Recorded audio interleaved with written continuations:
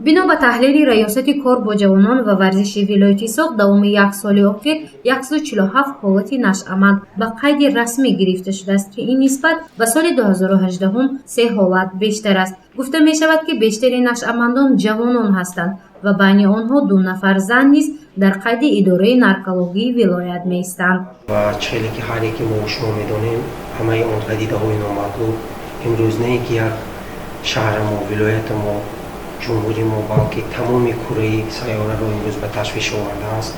мо бояд муборизаи беамон дар якҷоягӣ сарҷамъ шуда аз як гирифон сар бароварда тамоми аҳли ҷомеа бояд корбарӣ гардонуда. 84 нафар сокинони шаҳри Панҷакент гирифтори нашъамандӣ мебошанд. ин рақами ташвишовар байни шаҳру ноҳияҳои вилояти Соғ ҷойи аввалро касб мекунад. дар ҷойи дуюм бо 22 ҳолати нашъамандӣ шаҳри Бӯстон меистад. 18 ҳолати нашъамандӣ ба шаҳри Хуҷанд рост меояд. 7 нафари сокинони ноҳияҳои Спитамен ва Масчоҳ мубталои вабои аср мебошанд. ин шумора дар ноҳияи Бобоҷонғафуров 6 ҳолатро ташкил медиҳад. сокинони Истаравшан, Конибодом ва Истиқлол 1 нафарӣ ҳамчун нашъаманд дар қайд меистанд.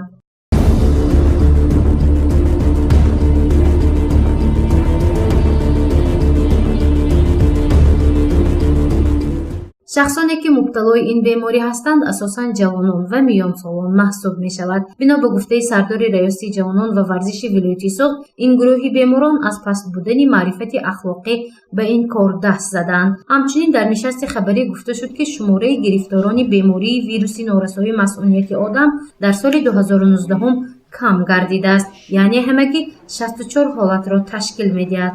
аз ин шумора қисми бештарашро занҳо фаро гирифтаанд. чхеле ки гуфтем 694 адад зиёд гардааст. ин дар шаҳру ноҳияҳои асосан зиёдшавӣ нисбат ҳамин давраи соли гузашта Хуҷанд 483 нафар, айни 100 нафар, ивашти 69 нафар, Гӯистони Масчоҳ 130 нафар, Ҷабор Расулов 107 нафар, Бӯстон 80 нафар, Исфара 68 нафар, Спитамен 52 нафар, Аш 48 нафар, ноҳияи Бобоҷонғафуров 20 нафарро ташкил медиҳад ки ин хеле ташвишовар аст. мо дар якҷоягӣ бо агентии шуғли аҳолии вилоят ҳамкории зич дорем.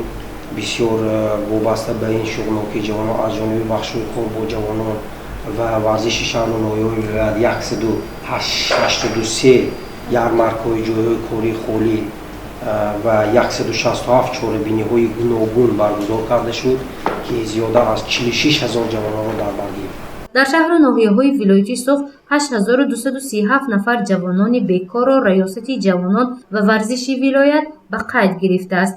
ин нисбат ба ҳамин давраи соли 2018 694 ҳолат зиёд мебошад. бино ба иттилои расмӣ 489 нафар ҷавонони Хуҷанд ҷойи кори доимӣ надоранд. ин ҳолат то ҳол ташвишовар боқӣ мемонад, зеро барои ҷавонон пайдо кардани кори дилхоҳ ва гирифтани маоши арзанда муаммо аст. яке аз сабабҳои ин ҳолатро коршиносон дар интихоби нодурусти касбу кор ё серталабии ҷавонон медонанд. бештари ҷавонон мехоҳанд кори осон, аммо музди маошаш баландро дарёфт намоянд.